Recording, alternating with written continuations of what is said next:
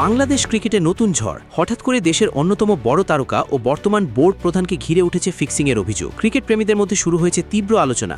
এটা কি সত্যি বড় কোনো কেলেঙ্কারির ইঙ্গিত, নাকি শুধুই বিভ্রান্তিকর তথ্য? অভিযোগ, পাল্টা অভিযোগ আর গোপন রিপোর্ট সব মিলিয়ে তৈরি হয়েছে এক রহস্যঘেরা পরিস্থিতি। সত্যটা আসলে কি, এ বিষয়ে আরও থাকছে বিস্তারিত প্রতিবেদনে।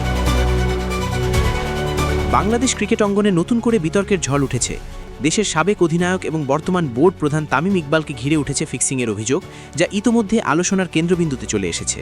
এই অভিযোগটি সামনে এনেছেন বাংলাদেশ ক্রিকেট বোর্ডের সদ্য বিদায়ী প্রেসিডেন্ট আমিনুল ইসলাম বুলবুল। এক সাক্ষাৎকারে তিনি দাবি করেন, তার বিরুদ্ধে কিছু মহলের ক্ষোভের অন্যতম কারণ ছিল বিপিএলে ফিক্সিং বা জুয়ার পরিমাণ কমিয়ে আনা। তার ভাষ্যমতে গত আসরে প্রায় ৮২% ফিক্সিং কমে গিয়েছিল, যা কিছু গোষ্ঠীর অসন্তোষের কারণ হয়ে দাঁড়ায়। এখানেই শেষ নয়, তিনি আরও উল্লেখ করেন, ঢাকা প্রিমিয়ার লিগ, যা দেশের অন্যতম গুরুত্বপূর্ণ ঘরোয়া ক্রিকেট টুর্নামেন্ট, সেখানে একটি ম্যাচ ফিক্সিংয়ের অভিযোগের বিষয়ে একটি রিপোর্ট তার কাছে ছিল, যা নাকি বোর্ডের সিইও অফিসে সংরক্ষিত রয়েছে।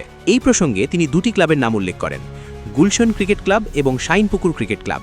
তার দাবি অনুযায়ী এই দুটি ক্লাবের মধ্যে একটি ম্যাচ নিয়ে ফিক্সিংয়ের অভিযোগ উঠেছিল এবং সেটি নিয়ে তদন্তও হয়েছে। এখানেই আসে মূল বিতর্কের জায়গা।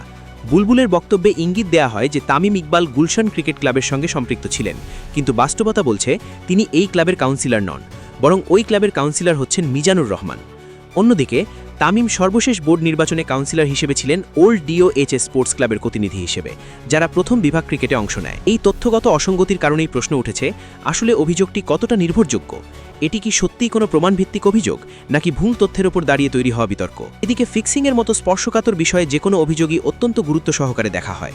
আন্তর্জাতিক ক্রিকেটে এর প্রভাব ভয়াবহ হতে পারে, তাই প্রতিটি অভিযোগের স্বচ্ছ তদন্ত অনিবার্য। বর্তমানে এই বিষয়টি নিয়ে আনুষ্ঠানিকভাবে কোনো সিদ্ধান্ত বা চূড়ান্ত মন্তব্য আসেনি, তবে ক্রিকেট প্রেমীদের মধ্যে কৌতূহল ও উদ্বেগ দুটোই বাড়ছে। সব মিলিয়ে বলা যায়, এটি এমন এক ইস্যু যা শুধু একটি ব্যক্তিকে নয়, বরং পুরো দেশের ক্রিকেটের ভাবমূর্তিকেই প্রশ্নের মুখে দাঁড় করাতে পারে।